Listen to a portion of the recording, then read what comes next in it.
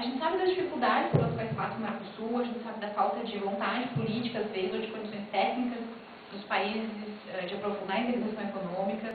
E a gente vê iniciativas paralelas, por exemplo, como a Comunidade Sul-Americana de Nações, ou a Unasul, formada por um tempo, e a gente pode se perguntar, mas o Mercosul nessa história toda, como que fica? É um consenso, é praticamente um consenso entre a classe política do Mercosul, que nenhuma outra iniciativa vai poder ser fundada sobre o fracasso do Mercosul. Então, todas as outras iniciativas maiores, mais amplas, de integração latino-americana, elas vão precisar da base do Mercosul ou da base da comunidade andina, por exemplo. Então, é nesse sentido que o Mercosul precisa se fortalecer.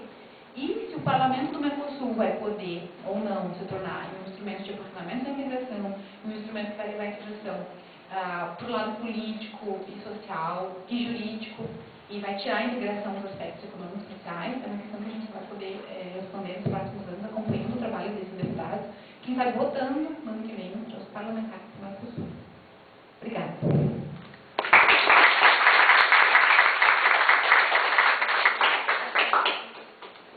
Larissa, eu gostaria de agradecer muito a tua fala, a tua presença aqui. Eu queria justificar a ausência da professora Jânia. Ela está com problema de saúde, não pôde vir, mas ela te mandou um beijão e agradece muito. Eu estava conversando com a Carol aqui, todas as perguntas que a gente foi elaborando, tu acabou respondendo ao fim da tua fala. A primeira delas que eu ia te fazer justamente qual é o estado da questão relativa à função de controle do parlamento, especificamente no que toca à edição de relatórios sobre direitos humanos, e tu acabou nos respondendo a essa questão. Uma segunda pergunta que eu havia elaborado, que é bastante primária, mas no âmbito da graduação sempre há esse questionamento: a que se deve o desinteresse político no processo integracionista, né? Tu acabou dizendo que a gente constata esse desinteresse, mas uma pergunta bem básica, assim, para todos nós: por que esse desinteresse político, né? Por parte dos partidos políticos, porque a gente sabe que a sociedade civil acaba atuando de forma parainstitucional, né? Mas no âmbito institucional, a que se deve esse desinteresse? Eu queria te perguntar também se há alguma relação, porque no senso comum se diz que a Unasul teria esvaziado o Mercosul, né? Teria esvaziado a competência do Mercosul. Eu queria que tu nos dissesse se há alguma relação, ou qual é a relação institucional entre o Mercosul e a Unasul, se há. E outra pergunta que a gente acabou elaborando junto aqui, Carol: quais seriam as consequências e os reflexos da implementação desse Tribunal Supranacional de Justiça no âmbito do Mercosul? E qual seria a relação entre o parlamento e esse tribunal? Então, são algumas perguntas que a gente gostaria de te fazer. E, após a resposta da Carol, a gente abre para todos vocês, se vocês tiverem questionamentos, né, e dúvidas, fiquem bem à vontade para fazer perguntas. Depois, sabe, tu quer que eu já entende a pergunta? Na verdade, eu tinha anotado várias, mas realmente foi nos liquidando um pouco. Queria te cumprimentar em público. Na verdade, a gente já conversou, mas a Clarissa foi minha bicho, né, na faculdade. Meu trote não, o trote é só entre nós. Só no Orkut, tá tudo lá. No nosso tempo nem tinha Orkut, né? Que bobagem. Mas tinha esse aqui, né? Ai, tinha esse aqui.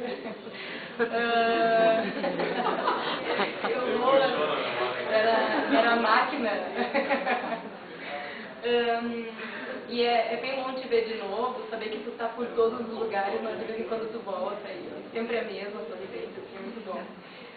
Mas, claro, eu fiquei com algumas dúvidas, até porque realmente, né, a área de direito internacional me falta muita base de conhecimento, não é a minha área, mas enfim, tu vai me ajudando aqui.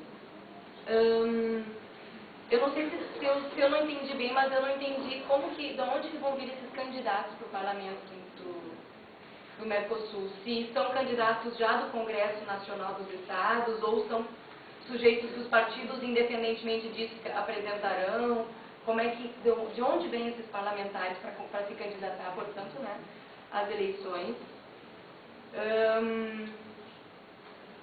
Outra que ainda fiquei na dúvida, até porque eu tenho pensado muito em audiências públicas, se tu sabe realmente como é que estão acontecendo, porque eu realmente não ouço falar de audiências que tenham ocorrido aqui por perto, na nossa regionalidade deste âmbito de Mercosul. Imagino a importância disso, porque é interessante criarmos um parlamento, né, para a gente ver como realmente a estrutura do âmbito internacional está indo num sentido, buscando uma estrutura mínima que seja próximo aos estados, para ter uma certa efetividade, coisa que nos estados nós temos parlamentos, no direito internacional ainda não tem, exatamente para ter um mínimo de efetividade.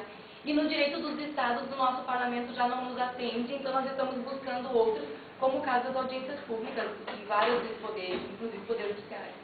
E no âmbito do Mercosul, a gente ainda está indo para um parlamento, mas ao mesmo tempo já em paralelo, parlamentos com audiências públicas. Então é interessante eles já perceberem a fragilidade, a força de um parlamento é importante, mas também saber que ele é frágil, né? E portanto abrir as audiências. Se tu tem alguma informação de como essas audiências ocorrem, se elas são divulgadas, se há participação ou se apenas constam em ata que foram feitas, né? Deixa eu ver se tem mais. Lá na Europa, o que o pessoal pensa nesse nosso parlamento? Como é que é a visão de lá a partir dessa ideia de criação? Se eles vêm com olhos otimistas dessa nossa proposta, ou se acham que vai ter um parlamento internacional, né, transnacional, mas que também não terá terá um retorno frágil, como os parlamentos nacionais, que a gente sabe que a Europa critica a nossa corrupção, enfim, que eles também não são isentos, mas tanto jogam pedra na gente, né? Enfim, essas três, então. A gente escolhe mais perguntas? Alguém quer fazer mais perguntas agora? Eu vou começar então, está vendo que vocês querem fazer mais perguntas. Nossa, vocês aqui começou a... Então, vamos tentar começar. Sobre, em primeiro lugar, a questão dos interesses políticos e dos interesses dos partidos políticos. Na verdade, o Mercosul é muito pouco conhecido, principalmente no Brasil. Pouco menos na Argentina, já no Uruguai e no Paraguai não. O Mercosul tem uma dimensão muito maior que tem pra gente, porque o Mercosul digamos, ele é mais importante para esses estados menores, principalmente para o Paraguai, que é um estado que não tem entrega do mar, que aqui interessa muito essa fiscal comum, aqui interessa muito a consolidação de uma integração econômica para baixar os custos da chegada das mercadorias, para baixar os custos da exportação das suas mercadorias. O Mercosul interessa muito ao Paraguai, interessa muito ao Uruguai. Em certa medida, em menor medida, a Argentina e o Brasil. A gente não vai falar muito menos, a nossa imprensa cobre muito menos. É impressionante a gente comparar a cobertura dos jornais brasileiros, dos jornais dos outros países, mas isso praticamente não existe para a gente, né? Então, os partidos políticos acabam acompanhando essa lógica. Já que o Mercosul ninguém conhece, ninguém dá voto, então, para que não há um interesse prático dos partidos políticos nisso? Historicamente, os partidos da esquerda sempre se interessaram mais pela integração latino-americana como um todo.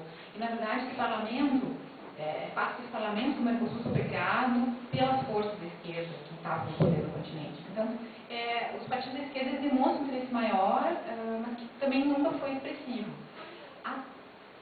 Agora, aumentou alguma coisa?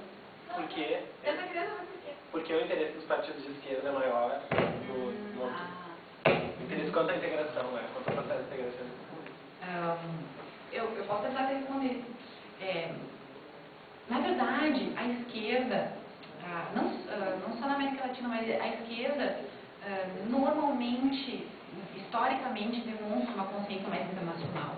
Até pela Internacional Socialista, toda a história das internacionais socialistas. O próprio marxismo dizia que o desenvolvimento certo seria um conjunto, que não há... O Marx era universalista. Marx já era um pensador universalista que não achava que não colocava os problemas coordenados no Estado-nação. Marx já era universalista. Então, esse pensamento é da base teórica dos partidos de esquerda mesmo. Assim. E há, por exemplo, mesmo antes da questão do Mercosul, sempre houve um contato maior entre os partidos da esquerda da América Latina do que entre os partidos da direita. Assim. Se situando a época da ditadura, né, onde a integração dos partidos da direita foi exemplar no quesito do combate à existência da ditadura. Mas assim, parece fazer parte da história do movimento socialista mesmo, essa visão mais internacional. Bom, no Mercosul foi sempre assim, tanto é que o Partido dos Trabalhadores é um dos poucos que inclui nos seus programas políticos menção ao Mercosul, e hoje em dia menção ao Parlamento do Mercosul, e quais seriam suas propostas para a integração latino-americana. Mas, nesse momento, com a possibilidade das eleições diretas, ou seja, com a possibilidade da criação de mais cargos políticos, mais cargos eletivos, todos os partidos vêm se interessando, né? Porque afinal tem mais cargo em jogo, então a gente vai ter que começar a aprender o que é essa história do Parlamento do Mercosul, que a gente pode ser candidato. Então esse interesse, desde o início do Mercosul,